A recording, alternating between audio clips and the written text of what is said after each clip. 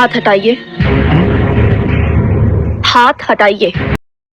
मुझे पता है तुम हगने के बाद बिल्कुल हाथ नहीं धोते, इसलिए प्लीज डोंट टच मी। ये क्या बकचोदी है भाई। बेचारे अक्षय कुमार ने करोड़ों रुपए खर्च करके शिल्पा से शादी की है और सुहागरात वाले दिन ये बोलती है। खबरदार जो मुझे छूने की कोशिश की।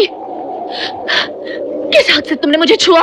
सोचो यही हादसा तुम्हारे साथ हो जाए भैया, मैं तो वहीं जहर खा के मर जाऊंगा। तो दोस्तों ये सीन था धड़कन फिल्म का। इस फिल्म में ऐसे ही कई बकचोदी भरे सीन भरे हुए हैं, तो आओ एक एक करके हर एक सीन की ली जाए। फिल्म की शुरुआत में एक सेक्सी अमीर घर की लड़की को प्यार होता है एक गरीब, एक्चुअली बहुत ही गरीब लड़के से। ये अपना घर आपकी गाड़ी से भी छोटा है। गाड़ी से भी छोटा घर? सारा घर है अलमारी। लेकिन इसके बावजूद भी इस बंदे का एटीट्यूड देखना। हस्ती मिटा दूंगा। आपके पास धन है, आपके पास रईसी है, औकात मोहब्बत के दौलत से बनती है जो मेरे पास है। सारी हदें तो तब पार हो जाती है जब सुनील शेट्टी उर्फ देव अंजलि के घर उसका हाथ मांगने जाता है। आप शायद मेरी चप्पल देख रहे हैं, इसमें एक छेद भी है जो शायद आपको दिखाई नहीं दे रहा। गरीबी दिखाने का तरीका थोड़ा कैजुअल नहीं है? कुछ नहीं अपने पास, न धन दौलत न खानदान, बस एक चीज है जो इस वक्त आपके पास है, और अगर मैं ना दूं तो छीन के ले जाऊंगा। मुझे तो साला ये समझ नहीं आ रहा कि सुनील भाई लड़की का हाथ मांगने गया है या उसके माँ बाप को धमकी देने गया है। अगर इस टाइम मैं लड़की का बाप होता ना तो माँ कसम मैं सुनील शेट्टी को तो कुछ नहीं कहता, लेकिन अपनी बेटी को गीली चप्पल से सटासट रात भर मारता। साली तेरे को पूरी दुनिया में यही भिख मंगा मिला था? साला ना घर है ना नौकरी, और साला छोकरी मांगने आया है, ऊपर से एटीट्यूड दुबई के प्रिंस से भी ज्यादा है। हद होती है वैंचो। फिर सुनील शेट्टी की इस बकचोदी के बाद किसी भी समझदार बाप की तरह शिल्पा का बाप उसकी शादी करा देता है एक संस्कारी अमीर लौंडे के साथ जिसका नाम है राम, जिसके गुण भी वाकई में राम जी से मिलते हैं। विषय बेकार मिटाओ। नफरत को सिर्फ मोहब्बत से जीता जा सकता है, सिर्फ मोहब्बत से। इतना प्यार देना चाहता हूँ, इतना प्यार देना चाहता हूँ सबको कि एक दिन सब लोग मजबूर हो जाए मुझे प्यार करने पर। लेकिन उसके बावजूद भी शिल्पा काफी दिनों तक उसे टच भी नहीं करने देती है। खबरदार जो मुझे छूने की कोशिश की। लेकिन एक दिन जब वो अपने पति राम को चड्डी में टेनिस खेलते हुए देख लेती है, उसका मन मचल उठता है झूम बराबर। क्या लेग पीस है रे बाबा।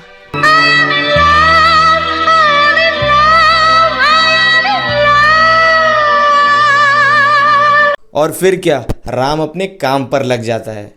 इस फिल्म में दोस्तों शिल्पा शेट्टी को काफी झूठा दिखाया गया है। उसके हिसाब से वो कभी भी किसी चीज से डरती नहीं है। मैं किसी भी चीज से नहीं डरती, मैं आज के जमाने की लड़की हूँ। लेकिन एक दिन जब वो किसी के खेतों में हकते हुए पकड़ी जाती है तो डर के मारे 2-3 किलोमीटर दौड़ जाती है। ए साले रुक, हक के कहाँ भाग रही है? नहीं नहीं भैया मैं नहीं हकी, सॉरी भैया माफ कर दो। ये बात मालूम पड़ने पर अक्षय कुमार तो सदमे में ही चला जाता है। आखिर मॉडर्न लड़कियां कब से खेत में हगने लगी? अंजलि और राम की रोमांटिक जिंदगी आगे बढ़ ही रही होती है कि एंट्री होती है एक करोड़पति की। अरे वो आ गए। That's Dave. ये तो ऐसे खुश हो रही है जैसे इसके लिए 2 किलो देसी घी का डब्बा लाया उसने।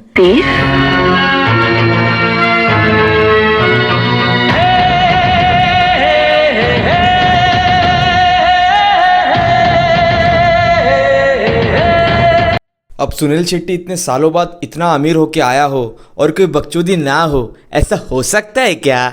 इसलिए सुनील भाई उर्फ देव अंजलि को पटाने के लिए एक पार्टी ऑर्गेनाइज करता है। ये पार्टी इस शहर की सबसे बेहतरीन पार्टियों में से होगी।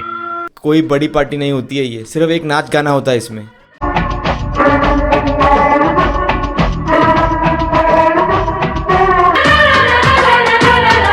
लेकिन एक मिनट, ये शुगर कॉस्मेटिक्स की मालकिन इसमें क्या कर रही है? साला वाकई में सुनील भाई ने तो कुछ ज्यादा ही बड़ी पार्टी रख दी। अब पार्टी में इतने सारे लोग आ तो जाते हैं, लेकिन पूरी पार्टी में किसी एक को भी नहीं पता होता कि देव इतना अमीर बना कैसे, या फिर वो करता क्या है। वैसे ये देव करता क्या है? कोई कहता है कि ब्लैक में दारू बेचता है, तो कोई कहता है कि लड़कियों की दलाली करता है, कोई तो ये भी बोलता है कि ये फटे हुए कंडोम बेचता है। सानू की अपना तो उसूल है, नाचो गाओ खाओ पियो और गेट आउट कर दो। दोस्तों पार्टी की आड़ में देव अंजलि को गंदी नजर से घूरता रहता है और एक कमरे में बुला लेता है।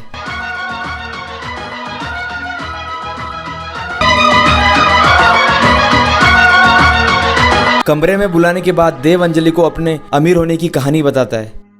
जानती हो 50 से 500 करोड़ का सफर मैंने कैसे तय किया होगा? तुम सोच भी नहीं सकती। मैं रोज चलता था, चलते चलते थक जाता था, गिरता था। चलकर 500 करोड़ कमा लिया? साला मजाक करता है मेरे साथ। पक्का बैंक लूटा होगा इसने, वैसे भी शक्ल से चोर लगता है बड़वा। फिर अंजलि देव को चोर समझकर उसे कहती है, भूल जाओ देव, भूल जाओ मुझे, भूल जाओ सब कुछ, भूल जाओ। और उसके बाद देव अपना आइकॉनिक डायलॉग बोलता है, अंजलि, मैं तुम्हें भूल जाऊं ये हो नहीं सकता, और तुम मुझे भूल जाओ ये मैं होने नहीं दूंगा। इस पार्टी के बाद देव ठान लेता है अंजलि और उसके पति को बर्बाद करने का, और धीरे धीरे अंजलि के पति को पूरा बर्बाद कर देता है, रास्ते पे ले आ जाता है। पता नहीं उसे मुझसे क्या दुश्मनी है। और नीलामी में अंजलि का घर भी खुद ही खरीद लेता है।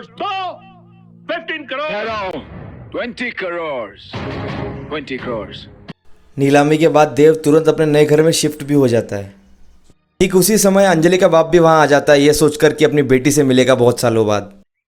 अंजलि, अंजलि! लेकिन वो जब देव को देखता है तो हक्का बक्का हो जाता है। तुम यहाँ क्या कर रहे हो? इससे पहले कि मैं इसी जूते से आपको लात मारकर बाहर निकाल दूं, get out from here. I said get out. एक और बार देव ने अंजलि के बाप को उसकी औकात दिखा दी।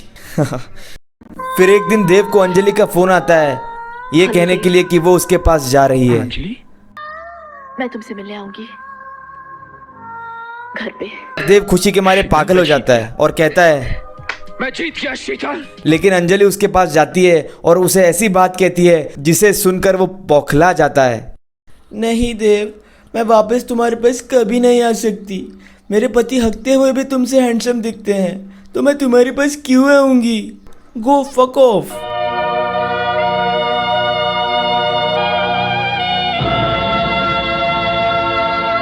अंजलि के मुंह से इतनी गंदी गाली सुनने के बाद देव आधा घंटा रोता है और कहता है, मैं हार गया। ये क्या बकचोदी है भाई? थोड़ी देर पहले तो बोला था मैं जीत गया, इतने जल्दी हार भी गया। ये कौन सा गेम चल रहा है भाई?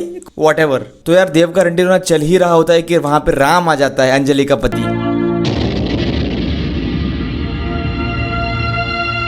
राम देव को अंजलि से भी एक सेक्सी लड़की का फोन नंबर देता है, जिसके कारण दोनों भी बेस्ट फ्रेंड्स बन जाते हैं।